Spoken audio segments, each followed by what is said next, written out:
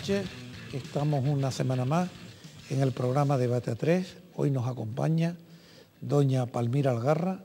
Doña Palmira Algarra es una gran amiga, ha sido además concejal del Ayuntamiento de Santa Cruz, directora general en la Consejería de Sanidad, presidenta de asociaciones y siempre una gran luchadora en defensa de la mujer, del interés público y nunca en interés propio, eso hay que decirlo. Ha sacrificado mucho tiempo, incluso a su propia familia, en la colectividad y en defensa de terceros.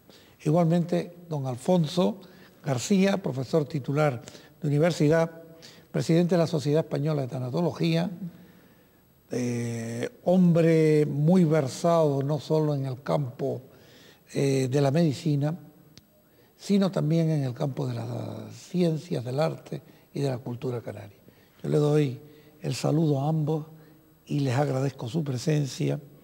Y vamos a comenzar hoy, realmente día 22, que es un día de aniversario histórico, porque hoy se cumple un día de golpe de Estado, ¿sí? No mañana, día 23, sino el día 22. Y hay que recordarlo a los españoles porque solemos tener amnesia política de que hubo un 23 de febrero de un año que era década de los 80 del siglo pasado, que un general intentó interrumpir la democracia.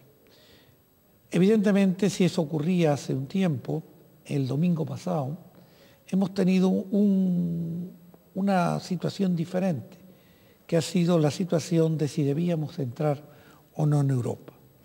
Y los resultados han sido unos resultados algo sorprendentes, porque parece que ha ganado todo el mundo. Han ganado los del sí, han ganado los del no, y se ha producido un hecho que ha sido una abstención, para mí, muy considerable. Me gustaría saber la opinión de ustedes sobre el hecho del referéndum del domingo. Doña Palmira. Bueno, pues buenas noches, gracias por la presentación que has hecho y te agradezco que me hayas invitado a tu programa para tener la oportunidad de, como ciudadana de a pie, pues dar mi opinión con respecto a la consulta del referéndum del domingo pasado. Vamos, circunscribiéndonos a Canarias, se da el hecho claro de que con la máxima abstención hemos conseguido también el máximo sí a esta. Parece paradójico, ¿verdad? Pero sucede así. Yo creo que en Canarias la cantidad de noes que ha habido, desde mi opinión, vienen dadas como un castigo. Es decir, yo creo que el no es por parte de los partidos de izquierda o los partidos nacionalistas, porque en este caso Coalición Canaria, que es un partido nacionalista, pues ha apoyado este referéndum y además yo creo que han sido los que mejor campaña ha hecho, mucho mejor que el PSOE y mucho mejor que el PP. Entonces yo creo que ese no viene dado por un voto de castigo.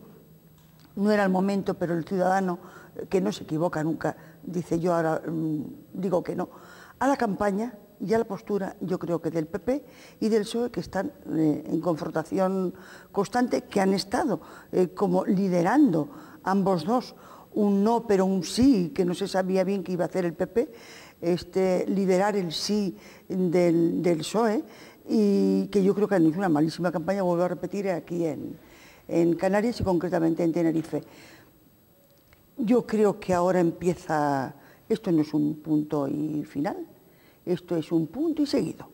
Van a tener que luchar mucho, que trabajar mucho y que conseguir mucho de Europa para que Canarias continúe recibiendo la cantidad de fondos de dinero, de fondos estructurales de Europa, y esto no se va a conseguir con talante y buen rollito. Esto hay que ir con un buen programa por parte del partido que gobierna en el Estado, que es el Partido Socialista, y luego también el no bajar la guardia, Coalición Canaria, que es el partido que gobierna en Canarias. Don Alfonso, ¿qué opina usted? Yo creo que el resultado para mí también fue sorprendente. Evidentemente en Canarias hubo una abstención un poco superior al resto de las comunidades, Pero sí es cierto que también hubo un sí superior al resto de las comunidades. Mientras el 73% era más o menos la media nacional, aquí fue un 83% y en La Palma un 90%, con solo un 5% de noes. Pero yo creo que paralelamente podríamos de hecho discutir cuál ha sido el fundamento de que se haya producido la abstención y cuáles son las razones. También se ha dado un tema que planteas tú que ha sido muy interesante, porque independientemente que todos los grupos políticos, que aquí han sido prácticamente 3 grupos políticos los que han trabajado por el sí, todos trabajaban por el sí, parecía que todos trabajaban por un sí diferente, ¿no? Era un sí de tonalidades diferentes y si podían, que votaran sí, pero que perjudicaran al otro, ¿no? Y de hecho, en las respuestas que han dado públicamente cada uno de ellos, en lugar de estar orgullosos de que ha salido lo que todos querían, le echan la culpa al vecino, ¿no? A mí me parece un tema muy interesante y en cierta medida lleva, diríamos, rasgos de bastante falacia detrás, ¿no? Porque si todos trabajamos por el sí y sale sí, todos debemos estar contentos, y si no vota la gente que debe votar y hay mayor abstención, veamos cuál es la razón de la abstención, antes de echarle la culpa al vecino de que él es el causante de la abstención, como he oído yo a casi todos los líderes, salvo los líderes de los socialistas. Y no puede ser que uno de los motivos de la abstención sea en una lectura no ya tan europeísta, sino mucho más concentrada en el entorno de nuestra comunidad autónoma. Por ejemplo, en Santa Cruz Capital se postuló mucho el no, o ha salido un no algo considerable con el respecto al entorno. No puede ser debido también a que hay un posicionamiento de la sociedad canaria, del ciudadano canario, y ustedes están aquí como ciudadanos canarios, de que hay un divorcio entre la clase política y el propio entorno de los ciudadanos. Es decir, la clase política va por un lado y los ciudadanos van por otro. ¿Eso no puede lo que hayan querido decirle el domingo? Bueno, yo creo que la clase política va siempre fuera, no debería ser así. Es decir, yo creo que si nosotros elegimos a nuestros políticos para que arreglen nuestros problemas, y desde luego, por desgracia, no siempre es así, o casi nunca es así. Es decir, yo creo que la abstención, vamos a ver, voy a hacer un ejercicio de reflexión muy rápido. Yo creo que no hay ciudadanos, o no hay la mayoría de los ciudadanos canarios, la mayoría de los ciudadanos españoles se sienten europeos. Luego, yo creo que este ha sido el motivo, y luego hay otra, yo desde mi punto de vista, para la abstención. Y voy a decir otra cosa. La abstención, es decir, el voto, el ciudadano lo percibe como un derecho, no como una obligación. Luego, por lo tanto, pues mira, si todo el mundo está diciendo que sí, si yo me siento europeo, ¿a qué voy a ir a votar? Es decir, todos los partidos dicen que hay que votar que sí. El sí está garantizado. Pero encima, yo, aunque no vaya a votar, aunque no vaya a ratificar ese tratado, yo me siento europeo. Luego, no voy a salir. El día de hoy no es más europeo el ciudadano de San Juan de la Rambla de lo que lo era el domingo. Es decir, se siente igual de europeo y por lo tanto no se ha sentido motivado para ir. Y luego, como ha habido esta política de hacer una campaña que parecía que era que sí, pero que el PP decían que lo decía con la boca pequeña, es decir, ha sido una cosa muy curiosa y hoy y ayer todavía se siguen tirando los trastos a ver quién ha hecho mejor campaña en favor del sí, si los unos o los otros. Por lo tanto, yo creo que los ciudadanos se sienten europeos y no han sentido ninguna necesidad de ir a ratificarlo. Esa puede ser una causa de la abstención y luego el pensar que el voto pues es un derecho y si quiero lo ejerzo y si no, no. De todas formas, yo sinceramente no vi tanta abstención porque las elecciones del año pasado para el Parlamento de Europa más o menos oscilaron en el 45% y ahora el 43%. Pero yo tampoco creo que haya una razón sola para que haya abstención, ¿no? Una razón puede ser la desconfianza que planteas hacia los políticos, no que ellos estén en un sitio y los de a pie estemos en otro, siempre ha sido así, ¿no? De hecho, yo no creo que ayer de los que votamos, de los más de 10 millones que votaron el sí, conozcan la Constitución Europea. ¿Tú crees que han leído los 480 artículos de la Constitución Europea?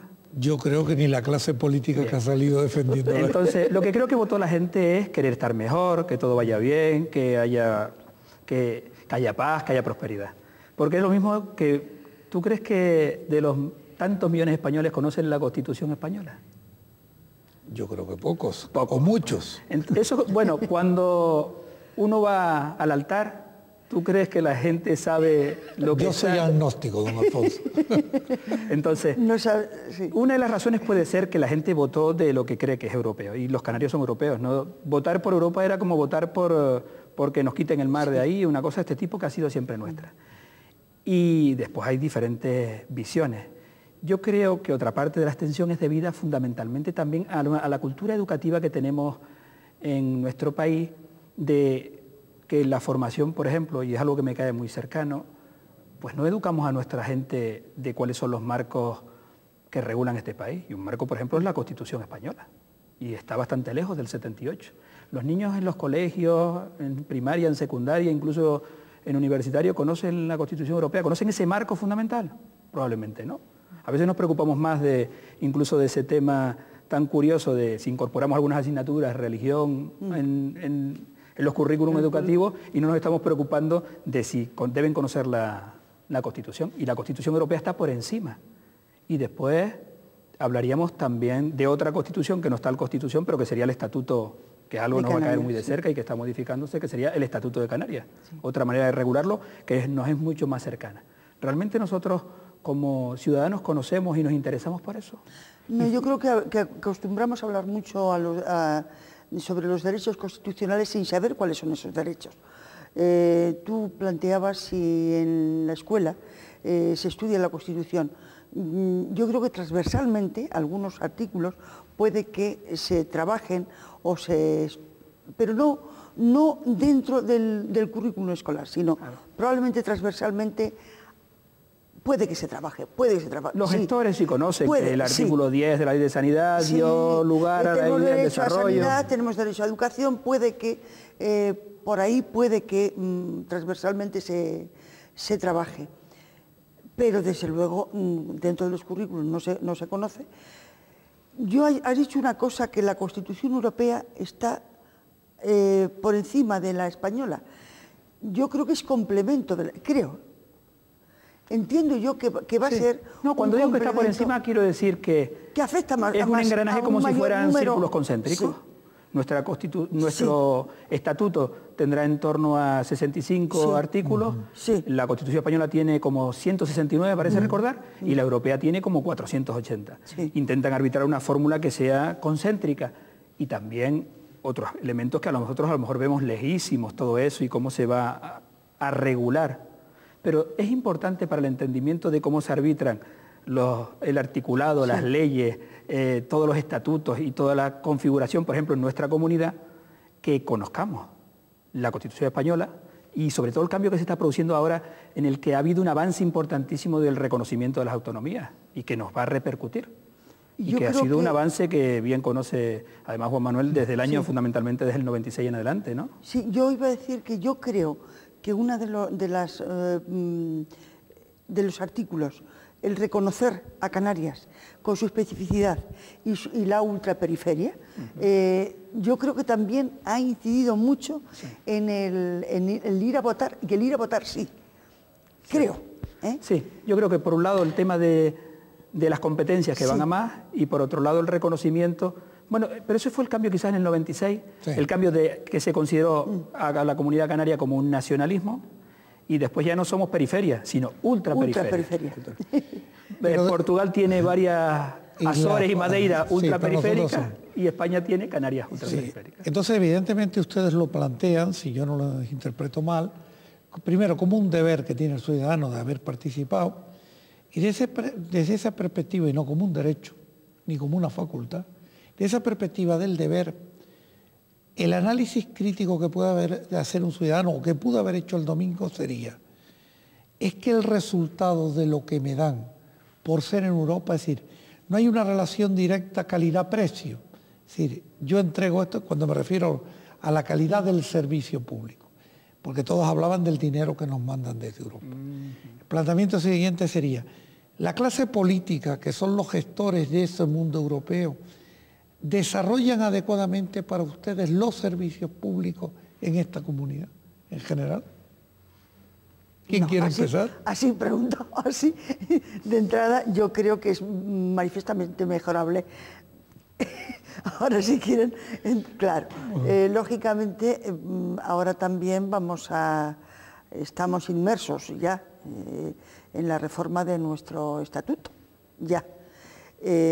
Todos, yo creo que no tenemos ninguna duda en proclamar que sí que queremos mayores cuotas de autogobierno, siempre que se salvaguarde, digamos, los principios constitucionales básicos y que ese autogobierno, es decir, que se nos va a dar esas mayores cuotas, desde luego claramente redunden en beneficio de los ciudadanos de Canarias.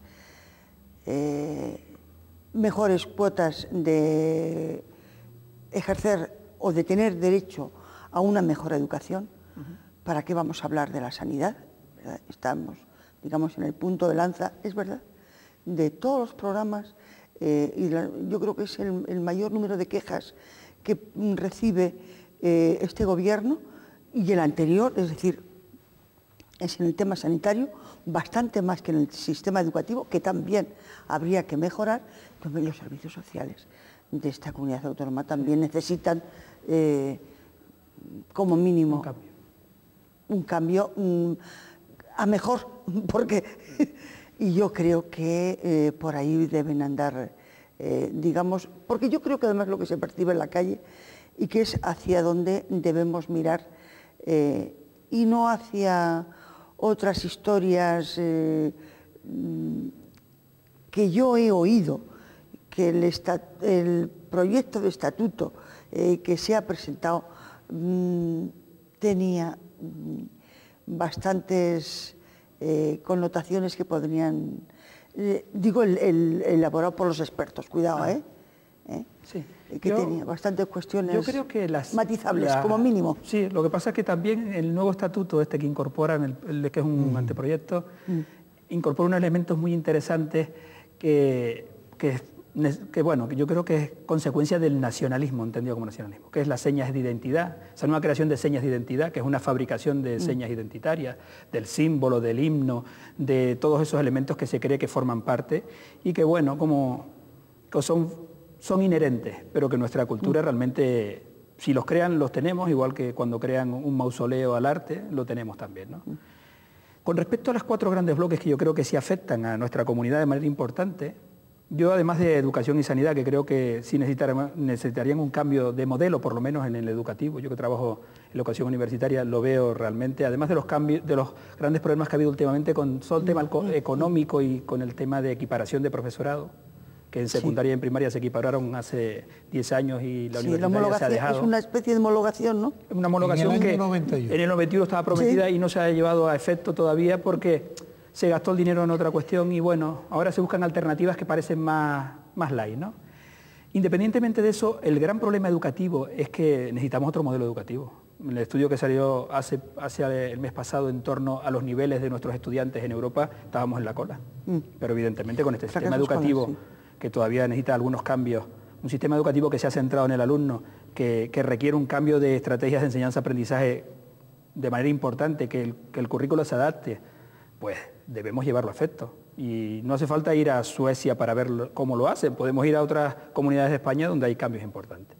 Con respecto a la sanidad, también quizás se ha apostado mucho por una sanidad de alta tecnología y la sanidad más de la atención primaria, de la educación comunitaria, la educación para la salud, también ha quedado un poco postergada, se ha visto como la hermana pobre y como resultado lo vemos en nuestra población, ¿no? Quizás con menos esfuerzo, pero a lo largo del tiempo en una educación, en la población tendríamos más beneficios. Y después decíamos que hay un gran elemento que es la cultura, pero claro, la cultura en Canarias es el turismo. Yo a veces tengo la sensación, es la cultura del turismo, no es la cultura de las artes, aunque ha avanzado muchísimo las artes, sobre todo las artes musicales, pero no ha avanzado las artes musicales, esas de bombo y platillo, esas de grandes esferas, pero no las artes musicales de los pueblos, de las escuelas de música, de que haya un auditorio que seamos todos y que aprendamos música, que sean aulas interactivas de música, ¿no? Que sean escuelas de música de municipios, como fue en una época. Ahora no, ahora podemos tener un auditorio que recoge 1.600 personas. Bueno, pues una comunidad como la nuestra en Tenerife de 1 millón de personas yo creo que queda un poco corta, pero yo apuesto más por una cultura que sea más directamente en el pueblo. Por eso yo comparto lo que comentabas de que los mandatarios están en un punto y el pueblo está en otro punto. Y a veces, queriendo castigar al mandatario, no nos castigamos nosotros mismos, ¿no? Ese elemento de la cultura yo creo que ha sido un poco traicionado y probablemente necesite un modelo general para atenderlo. Yo, estoy totalmente de acuerdo con lo que acabas de decir. Y no olvidemos también el tema sangrante que tenemos de los servicios sociales. Es decir, yo creo que es la comunidad autónoma con una bolsa de pobreza importante, con un número de menores en desamparo también importante. Estamos viendo lo que está ocurriendo con los menores en centros de acogida. Es raro el día que no hay una noticia de este tipo en la prensa. Y no creo que nadie tenga ninguna ganas de alarmar, pero si ese tema, el gobierno, los poderes públicos no intervienen ya, intervienen con urgencia, con eficacia y con eficiencia, les puedo garantizar que podemos tener a no muy largo plazo estar hablando de otro tipo de problemas. Sí. Cosa que en nuestra comunidad no es deseable. Incluso a lo mejor, como tú decías, porque aquí se considera que el turismo es cultura. Pues mira, también esas... también por ahí, ¿verdad? Digamos, por la paz, por saber que... Pero además ya no por venderlo, es que no es esto lo que yo quería decir. Yo quiero decir que a estos jóvenes que están en situación de desamparo, que tenemos en situación de marginalidad, hay que atenderlos urgentemente, sí, porque no se nos pueden perder. Probablemente, esto es lo que yo quería decir. Probablemente sea de la primera prioridad, el tema de la atención para los niños y para los niños grandes, los mayores. Yo creo que pueden ser los dos grandes temas y puesto en la balanza las prioridades podría ser la primera, yo también creo. Pues quedando en esta primera prioridad y teniendo en cuenta que llevamos ya media hora de programa, vamos a hacer un corte, vamos a irnos a publicidad y seguiremos en la segunda parte.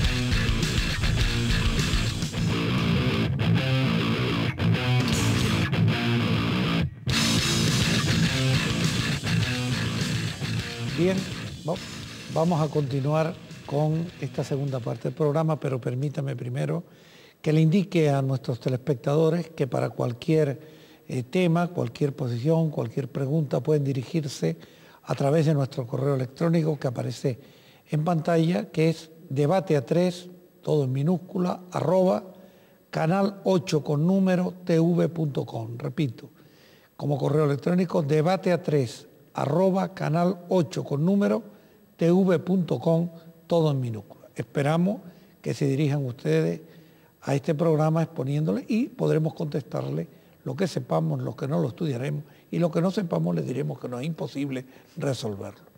Y en este criterio de la imposibilidad de la resolución, decía mi estimada doña Palmira, hablando incluso del planteamiento europeo, del estatuto, hablemos de mayores cotas de autogobierno dentro de un parámetro constitucional.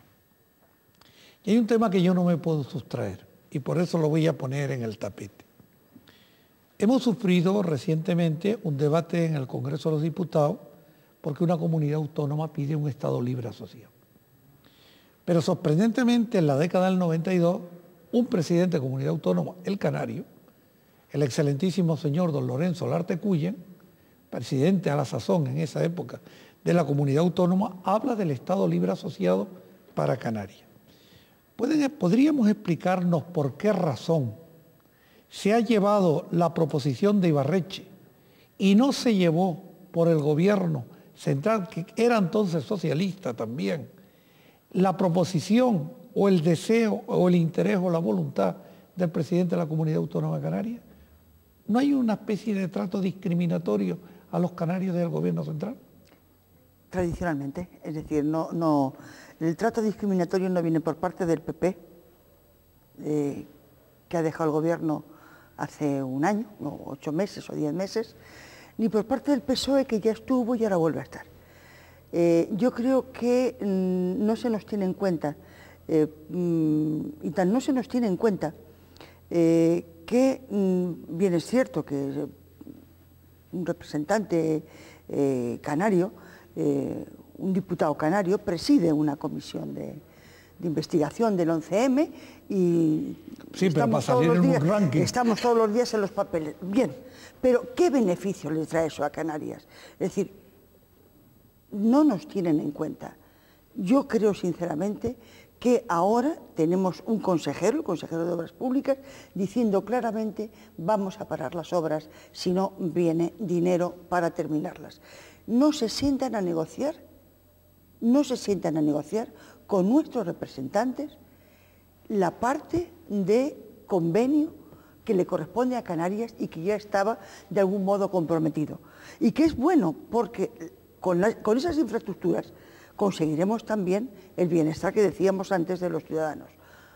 Yo sinceramente me parece que el Grupo Canario en el Parlamento a nivel nacional está siendo, lo digo con todo el dolor de mi corazón, minusvalorado. O sea, me parece que se debería tener más en cuenta, y ellos nos van a tener en cuenta. O sea, nosotros lo que tenemos que hacer es exigir. Creo que el eslogan era la fuerza de Canarias. Pues... o una voz en Madrid. O una voz en Madrid. Bueno, pues la voz la han amordazado y la fuerza no se ve por ninguna parte. Es decir, yo creo que hay que ponerse las pilas, lo digo de verdad, y exigirle. Yo no estoy nada de acuerdo con que el plan Ibarretxe se haya llevado al Parlamento y se haya discutido. Eso es otra historia. Es decir, me parece que han hecho gala de lo que no se debe hacer nunca, que es de los muertos, de los que han matado ETA, para que se les haya escuchado. Yo, sinceramente, ese tema no lo hubiera debatido. Pero sí, que igual que no quiero eso, sí quiero que la voz de los canarios se oiga en Madrid y nos escuchen y realmente nos den aquello que nos corresponde. Tampoco es que nos vayan a dar más de lo que nos corresponde, pero aquello que nos corresponde, que nos lo den. Hombre, yo creo que hace 12 años, como tú hablas, éramos ultraperiféricos, pero no se conocía el término. Sí, ahora ya se conoce el término y lo que decían nuestros abuelos de que estábamos lejos para lo bueno y para lo malo, pues ahora tiene un beneficio. Y yo creo que fruto del beneficio es por lo que ha habido también, comentando con el tema de antes, tanto interés en que ahora Canarias parece que va a conseguir todo lo que quiera. Yo creo que Canarias solo conseguirá lo que quieran nuestros gobernantes que consigan. Yo no creo demasiado en los colores de los gobernantes, evidentemente. Cuando digo los nacionalistas que llevan el estandarte de que van a trabajar por Canarias, llevan algunos años trabajando por Canarias los nacionalistas, no creo que vayan a ser los diferentes que otros que son gobernantes de aquí, pero que tienen otro color detrás. Y que el caminar se demuestra andando. Yo creo que fundamentalmente lo que hay que hacer más es trabajar más, pero trabajar bastante en los diferentes niveles, cada uno en su nivel de competencia, dedicar muchísimas más horas, que se vea el trabajo que se hace. Evidentemente Canarias se ha nutrido de ayudas europeas. Bueno, primero, después del Plan Marshall, las ayudas que llegaron han sido europeas, fundamentalmente, y gracias a eso estamos como estamos. Lo que sí es cierto es que también el dinero se ha gastado en unas determinadas cuestiones. Fundamentalmente se ha dedicado más a cuestiones de infraestructuras en un momento determinado, y últimamente, según los últimos estudios, estamos dedicándolo menos a cuestiones que debíamos dedicarlo, que son más cuestiones educativas, sanitarias. El gran problema, que no lo hemos citado, que es el gran problema de la inmigración y cómo adecuar esta situación, que está siendo un problema en las islas, fundamentalmente en las orientales, y que nuestros gobernantes por un momento se den cuenta de cuál es la situación y dediquen estrategias a mejorar las situaciones, ¿no? En la medida que ha habido más competencias, más transferencia de competencia y más autogobierno, también parece que nuestros gobernantes están mucho más lejos de lo que nosotros queremos, ¿no? Como si se preocuparan mucho más de poder estar en el lugar, porque ahora va a venir mucho más dinero, se van a poder hacer más cosas y vamos a poder vamos a notarnos un poco más, ¿no? Yo reclamo que probablemente esté clara las líneas que siguen, los modelos que se emplean y lo que se hace por el pueblo canario. En la medida en que eso se acerca al pueblo canario y llega al pueblo canario, no en fechas de elecciones, yo creo que todos estaríamos encantados. Sí, es que comparto todo lo que has dicho, pero además yo creo que has puesto el dedo en la llaga se nos ha pasado antes y es imperdonable el tema de la inmigración que estás diciendo. Yo creo que si hay algo que realmente le preocupa al ciudadano ahora, es decir, una preocupación de la calle, hablando con cualquier ciudadano, es el tema de la inmigración. ¿Pero solo inmigración o inmigración por razones de seguridad? No, yo creo que podríamos hablar de seguridad, que es un elemento importante, y todos, en esas reglas, en lo que votábamos en Europa, una de las cosas que votábamos era estar en paz y estar seguros, ¿no? Pero hay un elemento que le preocupa a la gente también, por ejemplo, en las islas occidentales, las orientales, y es que ya el otro no es como tú. Y como durante muchísimo tiempo nos enseñaron que cuando el otro no era como tú, pues tendrías que andarte con más cautela, en la actualidad hay un poco de crisis de eso, de crisis de alteridad, de crisis de entender el otro. Una manera de poder entender el otro es que nos comprendamos más, que haya foros en los que se hable, que sepamos lo que opina y lo que piensa el que vive enfrente, y en la actualidad ya no se sabe. La comunidad en Lanzarote, hay algún municipio en Lanzarote en este momento que en la escuela pública del niño de que se guasean es el niño que habla canario, porque los otros 30 hablan otro idioma. Entonces él es un extranjero en su tierra. En la isla del Hierro hay colegios donde está ocurriendo eso, en barrios. Entonces, el ser un extranjero en tu tierra es un elemento que sí realmente afecta a lo que llamaríamos, entre comillas, una de las identidades importantes del pueblo canario. Hay muchas identidades importantes. La identidad no es solo la espiral y el himno y la bandera. Hay muchas identidades que sienten las personas de a pie como identidades suyas, que ya no conoce la estructura del pueblo, que ya no sabe, que no conoce a los vecinos, que ya no sabe cómo hay que desenvolverse, que el mundo ha cambiado, que ahora se usa el teléfono móvil, que hay chat, que todas estas cosas han cambiado nuestro mundo. Pues también ha cambiado en la identidad del pueblo el que haya mucha gente que ahora es diferente y que no los conozcamos. Y si encima nuestros gobernantes nos plantean que hay inseguridad, que esto va no sé cuánto, que es un peligro, pues también nos generan más inseguridad. Yo creo que la idea sería acercarnos y mantener un equilibrio también para que los cambios sociales en la población que se están produciendo no sean tan bruscos, porque si no, de pronto es como si nos hubiéramos ido a vivir al extranjero. Yo creo que el cambio social también debe ser lento, igual que el cambio cultural debe ser lento, para que impregne. Sí, pero tú has llevado, yo creo que el debate a donde debe estar, que es el equilibrio, ya no ver al otro como el enemigo. Y por lo tanto, yo creo que lo has centrado, digamos, en lo que debe ser. Pero lo que es cierto es que he estado totalmente de acuerdo contigo en que eso es así como debe ser. Es decir, no podemos ver al otro porque sea desconocido, porque no lo hayamos visto, porque no pertenezca a nuestro, digamos, de siempre a nuestra tierra, el verlo como enemigo. Eso no, a la gente le está preocupando, pero yo creo que por seguridad, es decir, podemos absorber la cantidad de personas que llegan y que no tenemos trabajo para ellos. Y cuando vienen, lo que tenemos que hacer es acogerlos, darles, como se les está dando, sanidad, pero después no mandarlos a la península en un avión a que sea de ellos lo que Dios quiera. Es decir, yo creo que nuestras fronteras, nuestras costas, deben estar protegidos. Sí. Deben estar protegidas. Eso no significa que todo el que llegue sea bien acogido y sea tratado con los servicios sociales como se merece cualquier ser humano. Es decir, no violentar los derechos humanos de nadie, y menos de los pobres que llegan en pateras, y que han tomado esa decisión, me imagino que, aparte del tema de las mafias y tal, porque su situación era insostenible. Cuando alguien se echa a la mar en una barquilla es porque debe ser terrible su situación. Acojámoslos, atendámoslos, pero hay una cosa que es evidente, que no podemos atender y acoger a todos. No, yo eso lo comparto y de hecho luego, el pueblo canario sabe mejor que nadie. Luego tendremos que invertir en África, algo habrá que hacer. No, el pueblo canario, que fue fundamentalmente emigrante, sabe mejor que nadie que en un momento determinado de la historia tuvo que salir fuera. Y estuvo fuera y volvió. Y lo que sí es cierto es que regularizar la situación y ordenar la situación conlleva a una visión de nuestros gobernantes que establezca un modelo de actuación y establezca una regulación de cómo se hace eso. Y evidentemente hay profesionales importantísimos que pueden ser inmigrantes de diferentes niveles. En Madrid fundamentalmente los inmigrantes ocupan puestos que son prácticamente los que no quieren desempeñar los españoles ya, que los consideran de otro nivel. Sí. Pero aquí yo creo que el equilibrio entre puestos de ese nivel y puestos de cualquier nivel, hay profesionales valiosísimos. Lo que yo comentaba con respecto a ser capaz de trabajar en la cultura, para que entienda un poco más la cultura de los que vienen, es que nos demos cuenta de que la identidad en cierta medida es una fábrica, lo fabricamos entre todos. Alguien que viene de fuera pues puede tener las mismas inquietudes que nosotros, tiene la misma identidad, a lo mejor tiene la misma profesión, a lo mejor es padre de familia como nosotros, a lo mejor le gustan los mismos grupos musicales que nosotros, y lo que lo diferencia es que tiene otra religión, o a lo mejor incluso tiene la misma religión. Pero por tener otro color y otras formas y venir de otro lugar, pensamos que es diferente.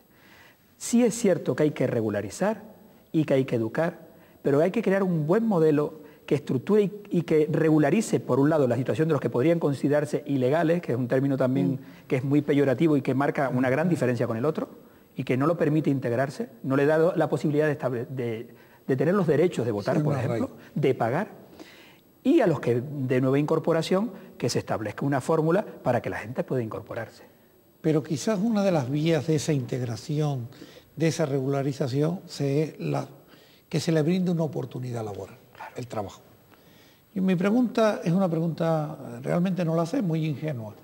¿Realmente en esta comunidad autónoma se están ofertando posibilidades de trabajo a los alegales y a los nacionales de la propia comunidad en el campo de la administración pública, o habría que llevar a cabo una reestructuración del sistema de la función pública para que también no fuera solo la empresa privada la encargada de brindar esa regularización? ¿Ustedes qué opinan? Doña Palmira, que fue en su época directora general. Sí, yo fui directora. Con mucho problema para regularizar a mucha gente. Sí, y además yo creo que nunca bien resueltos los problemas de personal, nunca se resuelven a gusto de todos. A gusto de todos, siempre hay alguien que está descontento. Vamos a ver, hombre, yo creo que la función pública debería a lo mejor dar un paso adelante. Digo a lo mejor, porque desde luego es un tema que no me he planteado, luego por lo tanto no tengo un criterio claro y la opinión pues es así a bote pronto, por lo tanto no está nada madura. Yo entiendo que la función pública, pero claro, como función pública no puede acoger y dar trabajo a los alegales. Es decir,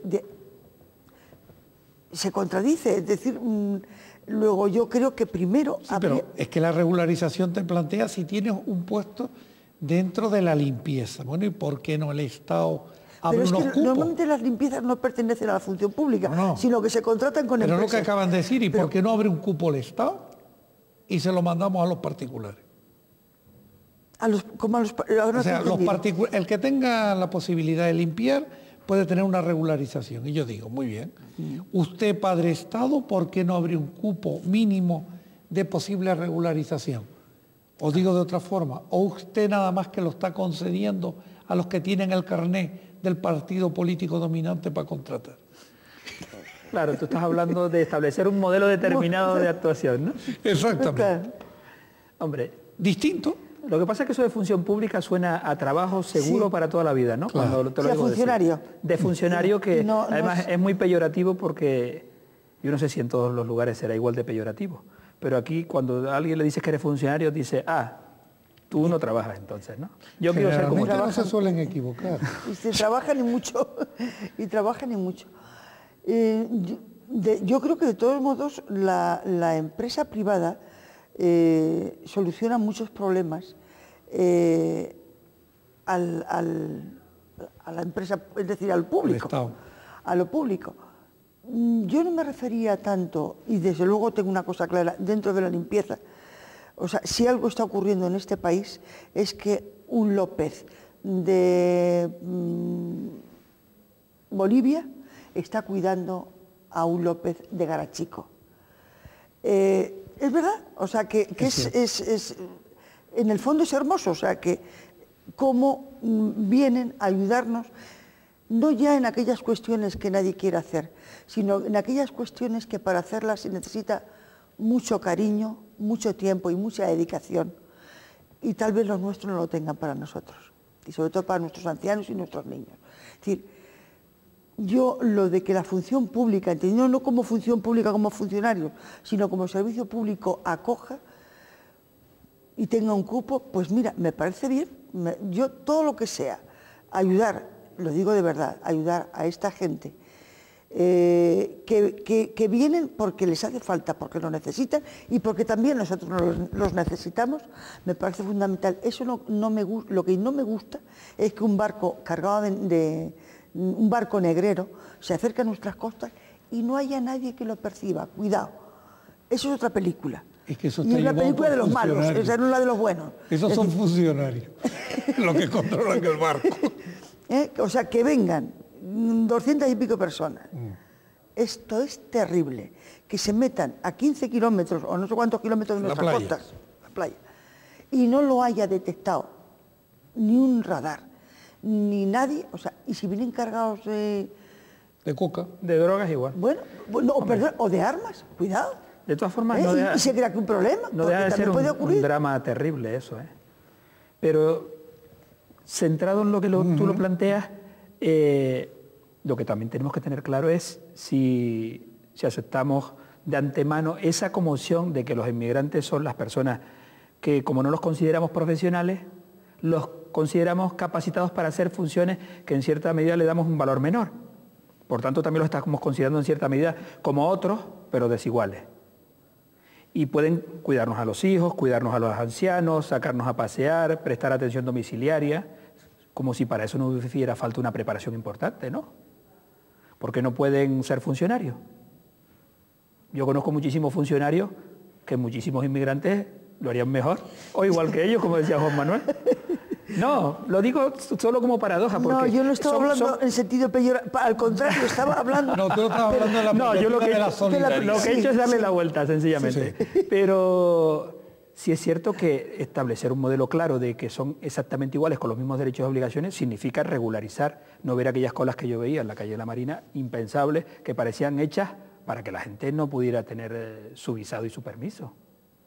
Es decir, si son personas con iguales derechos, iguales obligaciones, deben tener las mismas posibilidades. Es que sorprendentemente en el campo universitario en el cual tú te mueves, resulta que por arriba sí hay igualdad. Es decir, es muy fácil ver un asociado latinoamericano, iberoamericano, de profesor asociado porque viene doctor. Sí. Incluso lo que lo hace bastante bien, que tiene una gran formación, que habla mucho más idiomas. Pero en cambio, cuando empiezas a bajar los escalones es cuando a mí me ha producido la situación de la insolidaridad. Sí. Es decir, ¿por qué razón no puede haber un auxiliar administrativo si estamos llevando a cabo una contratación con empresas?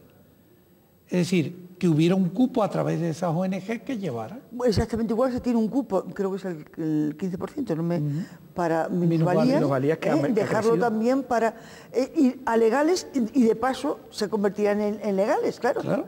Con lo cual regularizaría su situación. Y con lo cual quizás... Pues que nos escuchen, ¿eh? Esto nos parece una buena idea. No, y con lo cual quizás justificas por qué sacrificas a la empresa privada, que sea la única que tiene que soportar la carga. Sí, y además es que tiene que habitualmente soportar las cargas de todo, ¿no? Porque, hombre, es lo contrario que sucede con la educación. En la educación quien soporta la carga es el ente público. Sí.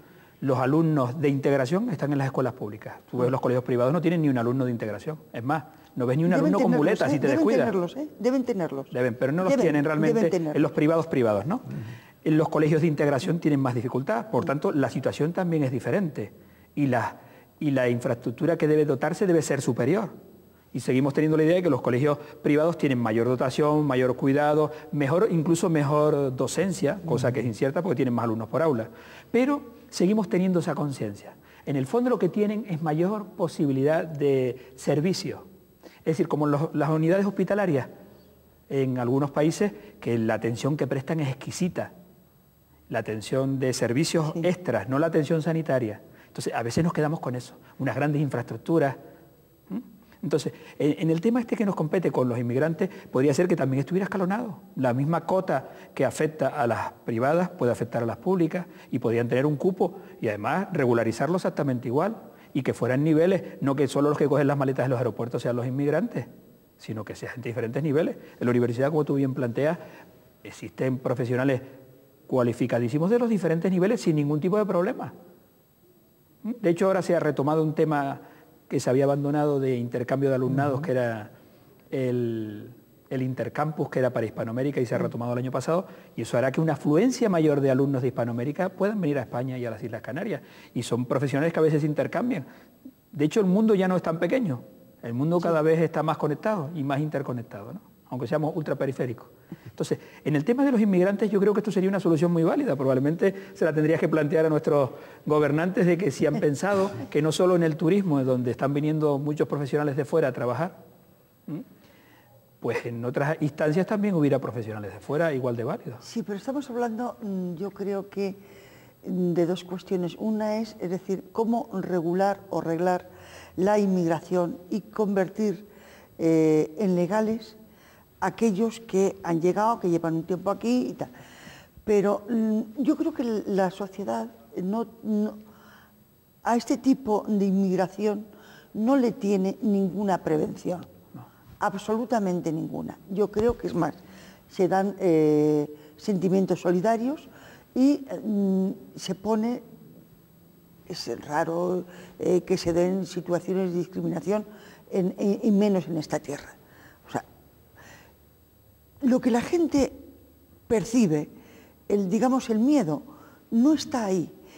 No está en que me quitan mi puesto de trabajo. Es decir, bienvenidos los ingenieros que vienen de Centroamérica, perdón, de Centro Europa, bienvenidos, porque si este modelo económico tenemos que cambiarlo y, digamos, tenemos que ir pues hacia un mayor desarrollo en materia de I+D, en investigación y desarrollo y más nuevas tecnologías, bienvenidos sea.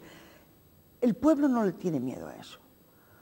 Al pueblo lo que le da miedo son la llegada constante de pateras en situación como llegan estas pobres personas, y sobre todo el que se haya descubierto un barco negrero y que se haya descubierto otro en Guinea-Conakry hace aproximadamente, eso venía rumbo a Canarias, hace una semana.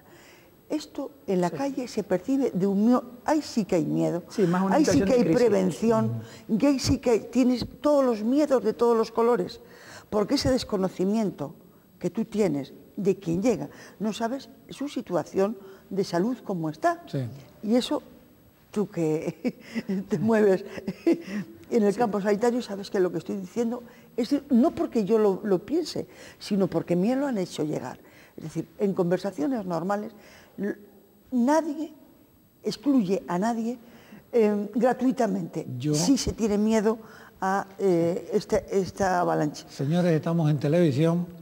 El tiempo ha pasado, aunque crean que no, llevamos ya una hora de programa y toca poner punto final. Yo quería decirles, agradecerles la presencia de ustedes, porque quería hacer un programa diferente como el que he hecho hoy. Quería oír la voz del pueblo para hablar realmente de los problemas que le afectan a la sociedad, y ustedes han sido y son en este acto sus dignos representantes. Les agradezco la participación, me dirijo igualmente a los espectadores y espero contar con ellos la próxima semana. Muchas gracias a todos. Doña Palmira, gracias, espero contar con usted en otra oportunidad. Cuando usted quiera. Don Alfonso, muchas gracias. Seguiremos hablando del gobierno en otra oportunidad. Buenas noches.